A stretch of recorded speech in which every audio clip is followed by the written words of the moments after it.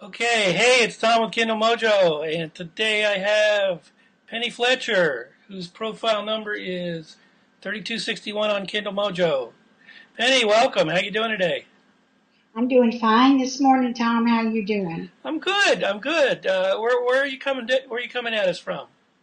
I am in Riverview, Florida, which is about 35 miles southeast of Tampa. Okay, and you are the author of Trial by Fire, which is on Amazon Kindle right now, Correct. and among other books. So, can you tell us a little bit about your book? Well, about this book first, Sure. about Trial by Fire.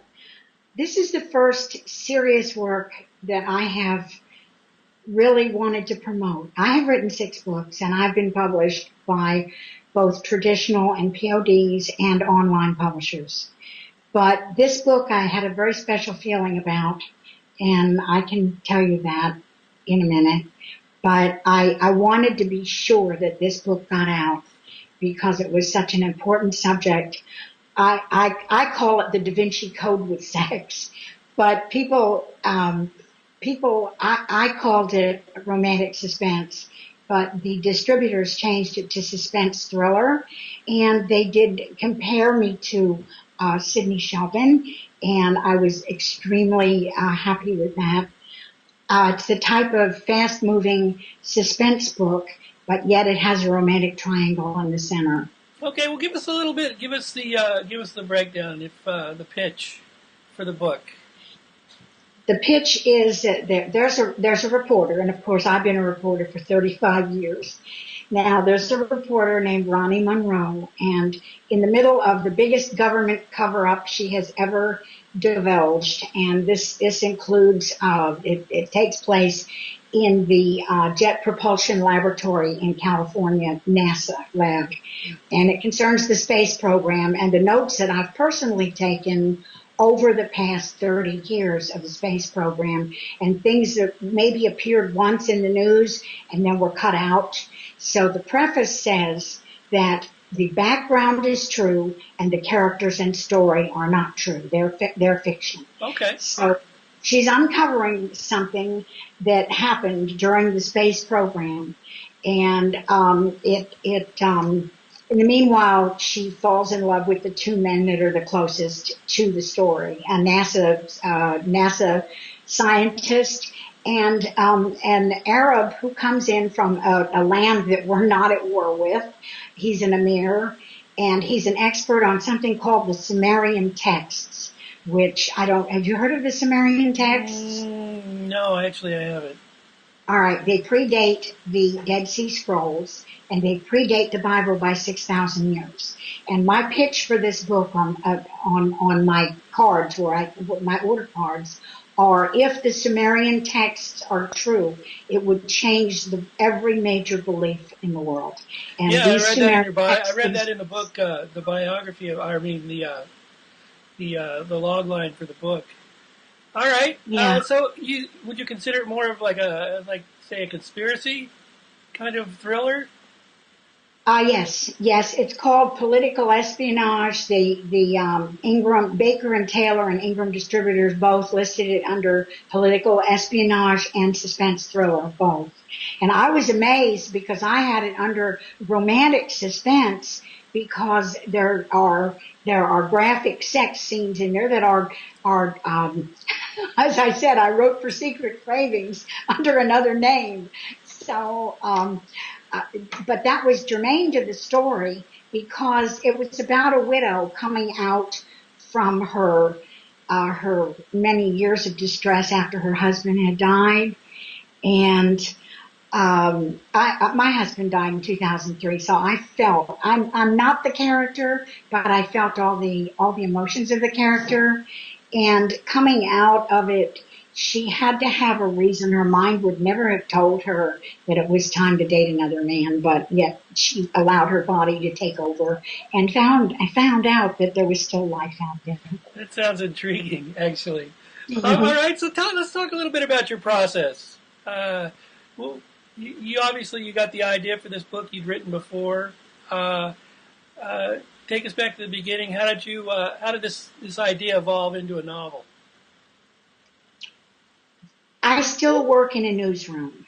I freelance, and that takes up a great deal of my time. That's what's financing the publishing company. So I've picked up the ideas along the way. The very, very first inkling that I got that I was going to write this book was actually on July 16th, 1969, the date of the first Apollo 1 blast-off. I was on the delivery table with my fourth child while they were counting down 10, 9, 8, 7, 6, and I'm saying, isn't anybody going to pay attention to me? And all of a sudden, I was in a teaching hospital, and the gallery opened, and there were all the students in their medical coats waiting and watching me deliver my son, Richard. And so I have a distinct tie to Apollo 1 and and when I saw the movie with Tom Hanks, that was all I could think about. And I followed that for 3 days. I followed every word, the first step, for mankind and everything on the news. And I noticed that after the first newscasts, certain things that Buzz Aldrin said were cut from the newscasts and never heard from again. And that got me thinking. Then I started reading Zecharia Sitchin books, and he talks about the Earth originally being a part of another solar system, and I started getting ideas from fiction and putting all that together with my career. That was the mega corporations started taking over my newsroom, and pretty soon we weren't saying a lot of the things that were really happening. We were saying things that were going to make the advertisers happy. And now that I'm a freelancer, I can say that because I only work for publications that let us use real language.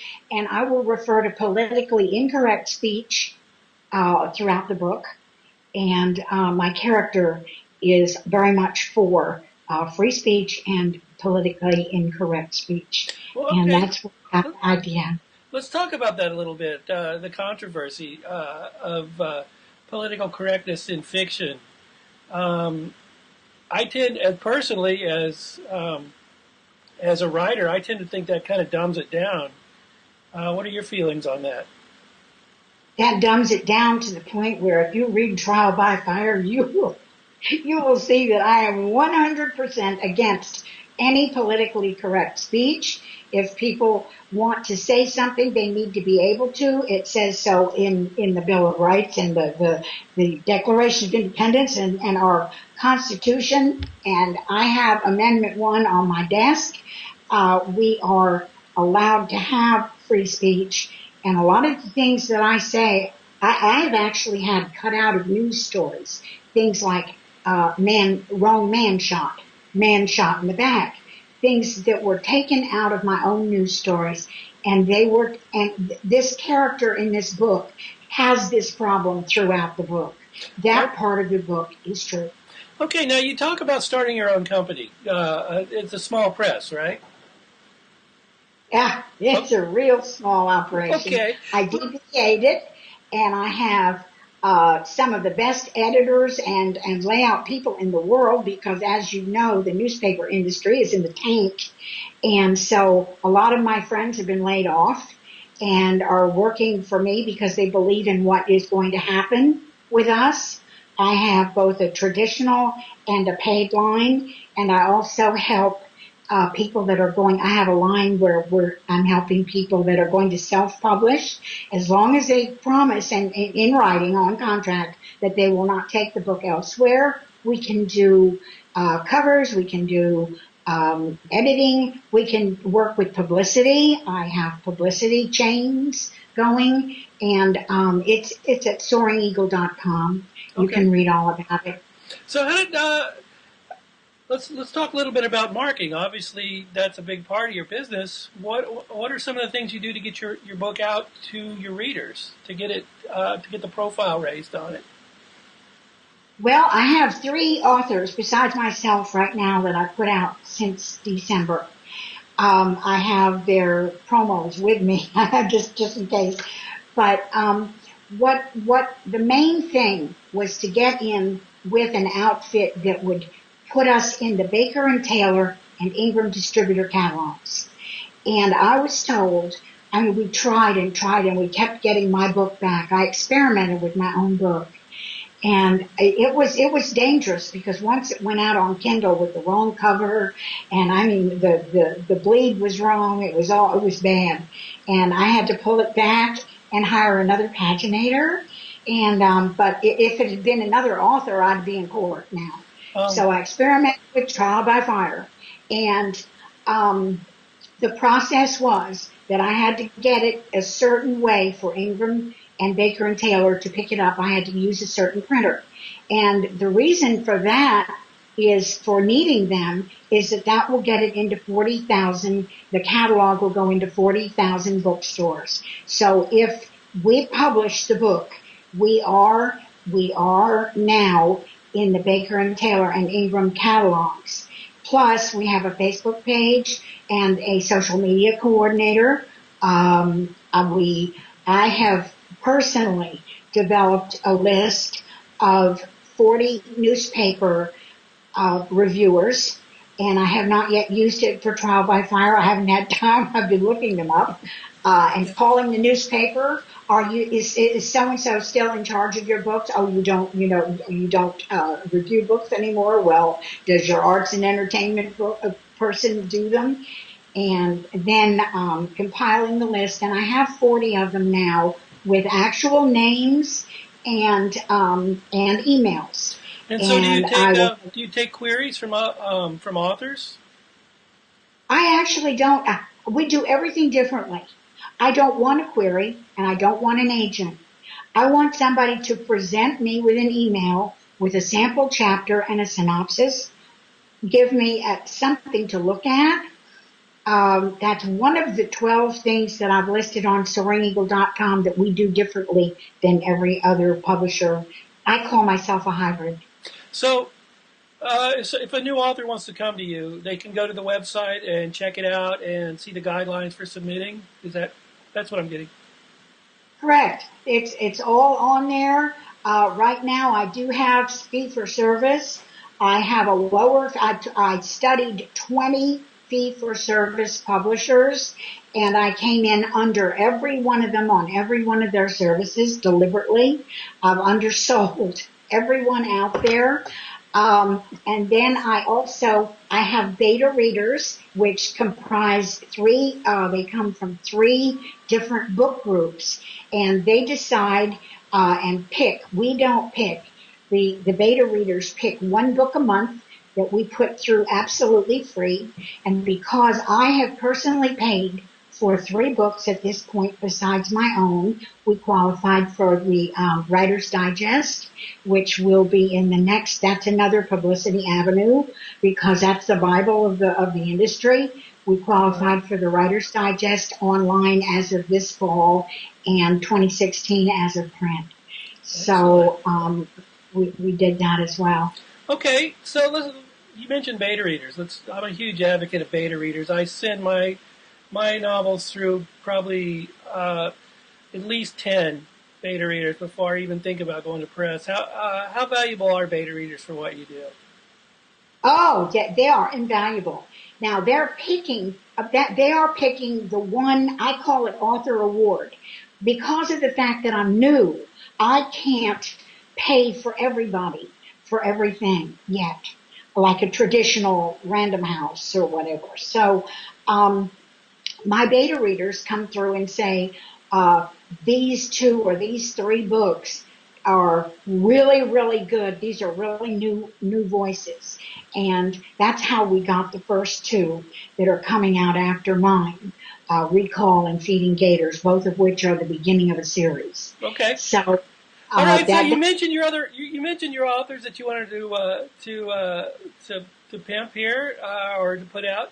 Let's hear a word about it. Pitch their books for me. Their books, I've got Jen Griffin, and she has just published Feeding Gators. And when you see the cover, you would realize that Feeding Gators, it's it's really a unique way to dispose of bodies in the bayou. You'll never look at the bayou the same way again. Jen is a very realistic writer of deep Southern life, which I've experienced briefly when I lived in Tennessee on a farm with my first husband. And she's very realistic. As I said, we have the best authors. I've picked Tony. She goes by T.A.J. Barca, and her story is called Recall, and it's about reincarnation. Can love exist for 3,500 years? And it's done as two people. She goes back and forth beautifully from Queen Bakor to Cat Mona, just in the present day, back and forth on each chapter.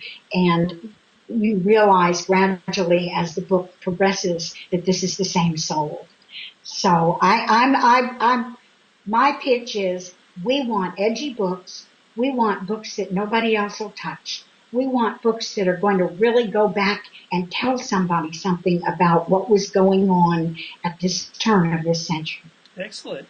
Good. Well, send them on over to Kindle Mojo. I'll hook them up with some publicity too. So, all right. I appreciate it.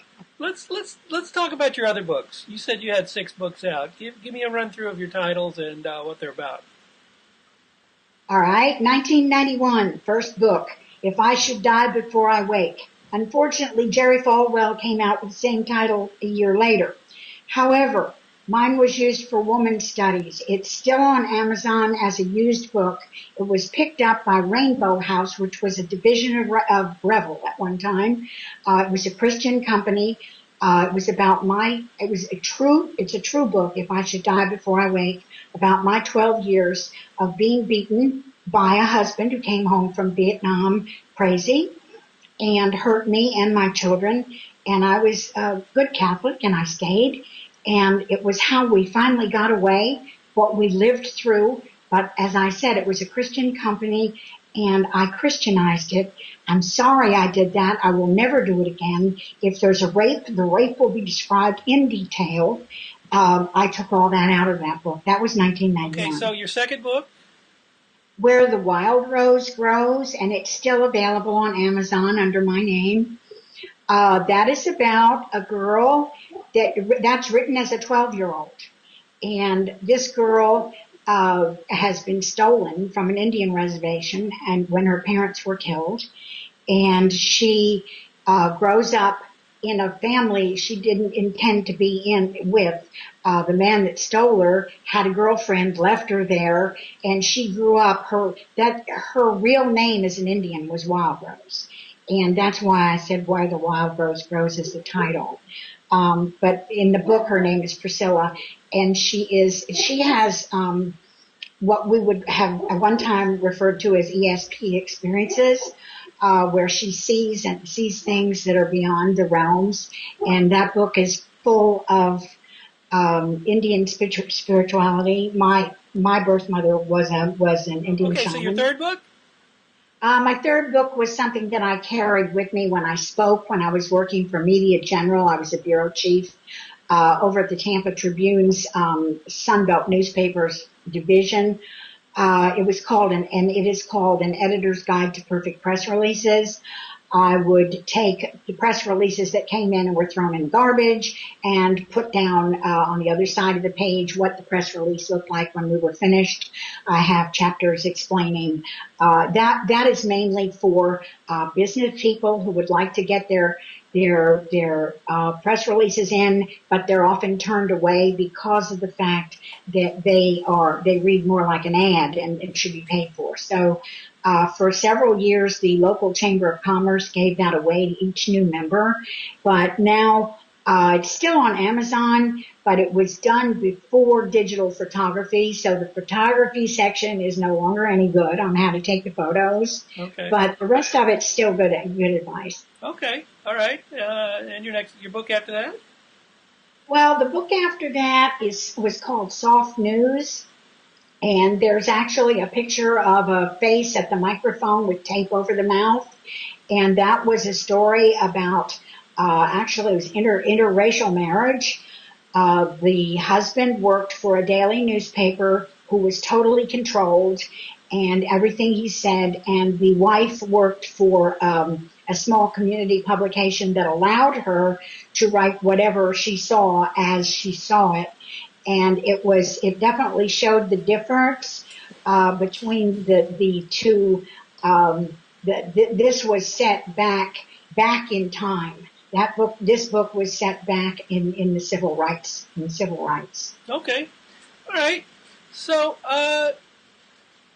what advice would you give to somebody who's just starting out, who wants to start a writing career, or who wants to publish something? Not necessarily a career, but somebody who wants to publish, or anybody who wants to write a book.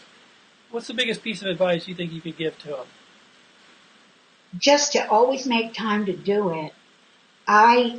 People also say don't have any other job to do with writing or anything that you use in your head. You have to use words in your head if you're going to try to write on the side, to write from your heart. But I believe that every piece of writing that you do, like I work for a newspaper and I've got 15,000 stories out there, at least 3 a week for 35 years. And the more writing you do, the better you get. If you don't happen to be fortunate enough to have a job where you get to write the same time, or for how many, set down how many hours a day you're going to write, because the more you write, the better you get. Right. Do you blog? Oh, I blog. That's at Soaring Eagle. It's real easy to hit off my author site, pennyfletcher.com. Right there, it says, Soaring Eagle, where ideas hatch. And I call it the Eagle's Nest. And, I just started that when I started Soaring Eagle. Okay. Do you recommend blogging for writers who want to write a novel? And, what are some of the reasons you would recommend that for them? I'm doing it now. It's really the first time that I have ever blogged myself. I've had to do so much writing, and of course I'm still writing news while I'm writing my own books and I'm publishing.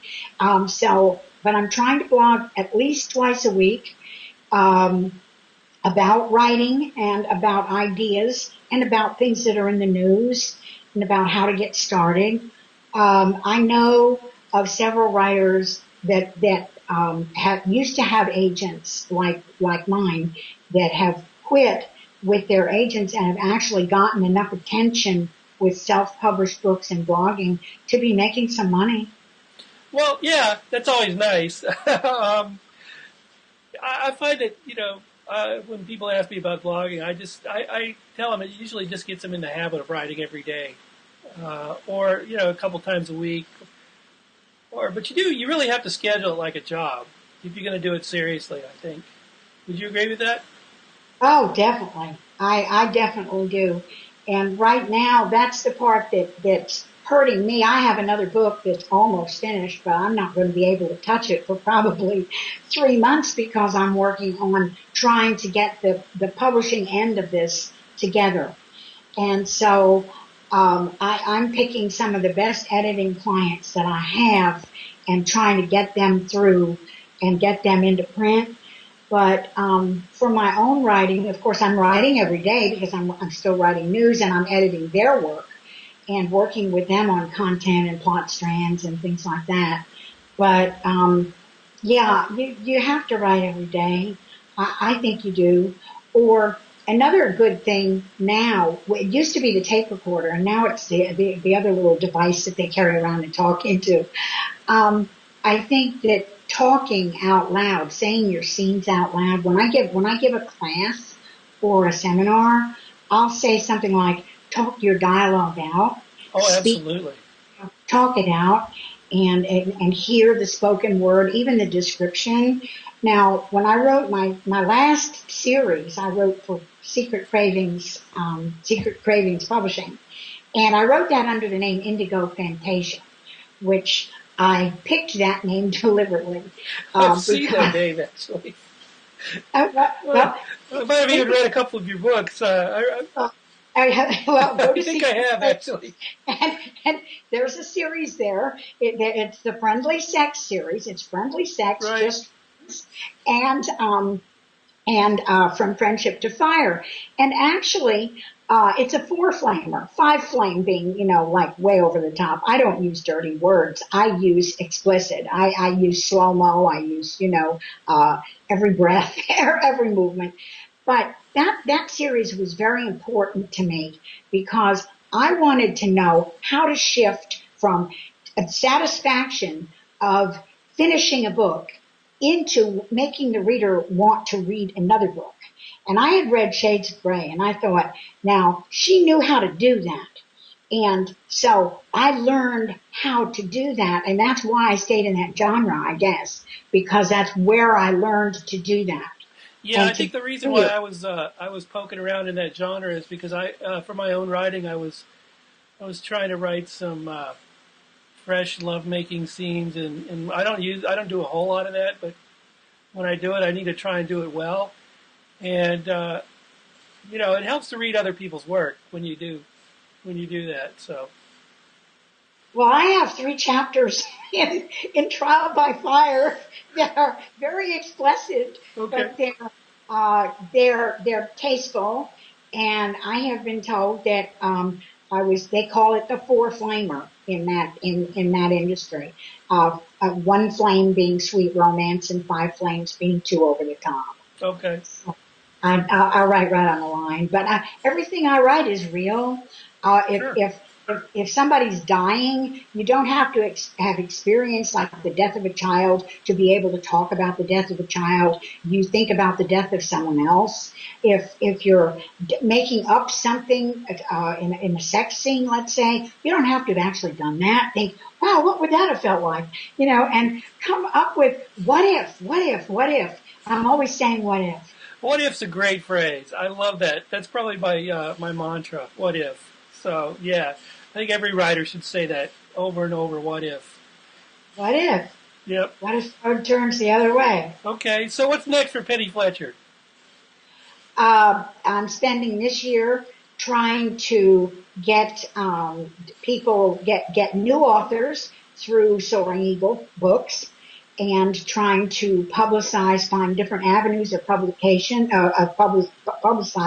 Trial by Fire. And that's hard when you're trying to bring others along with you. I can't just write for Trial by Fire, just publicize for Trial by Fire. I don't feel like I should do that. And yet I need to do that. And everybody that reviews my book so far on Amazon has said this, and they're not people I know, has said, wow, that'd make a great movie. That's why I call it the Da Vinci Code with sex, because it's got the suspense thriller politically, and the hidden. It has the hidden, aspect of looking for something, the quest story as well. Okay, so one more time, where can we find you on the web? pennyfletcher.com. My author site, that explains Trial by Fire. It also says coming in 2015. It talks on the other page about my second book in progress, Confidential Clientele, and it has my author bio. Then there's a link there to hit the Eagle's Nest, which is my blog, which is the Eagle's Nest where ideas hatch. And then there's www.soaringeaglebooks.com. That's where the people can go, learn how to submit, learn what things are charged for. We will work with any author that wants to self-publish. I don't know of any other fee-for-service that will do both, that will help the self-published as well. I charge by the if we edit for them, if they sign an agreement that they are truly self-published, we'll help them. If they're going to take my editing and go to someone else, that's no. Okay. So fair. that's it. So we will help the self-published. We will work with the people that traditionally, and then the beta readers will pick out the best 1 or 2 a month, and we will publish them traditionally with a 50-50 split on profit. Excellent. All right. Well, thanks for being with me today. Thank you for having me, and be sure and read Trial by Fire. It's under $5 in the ebook. Okay.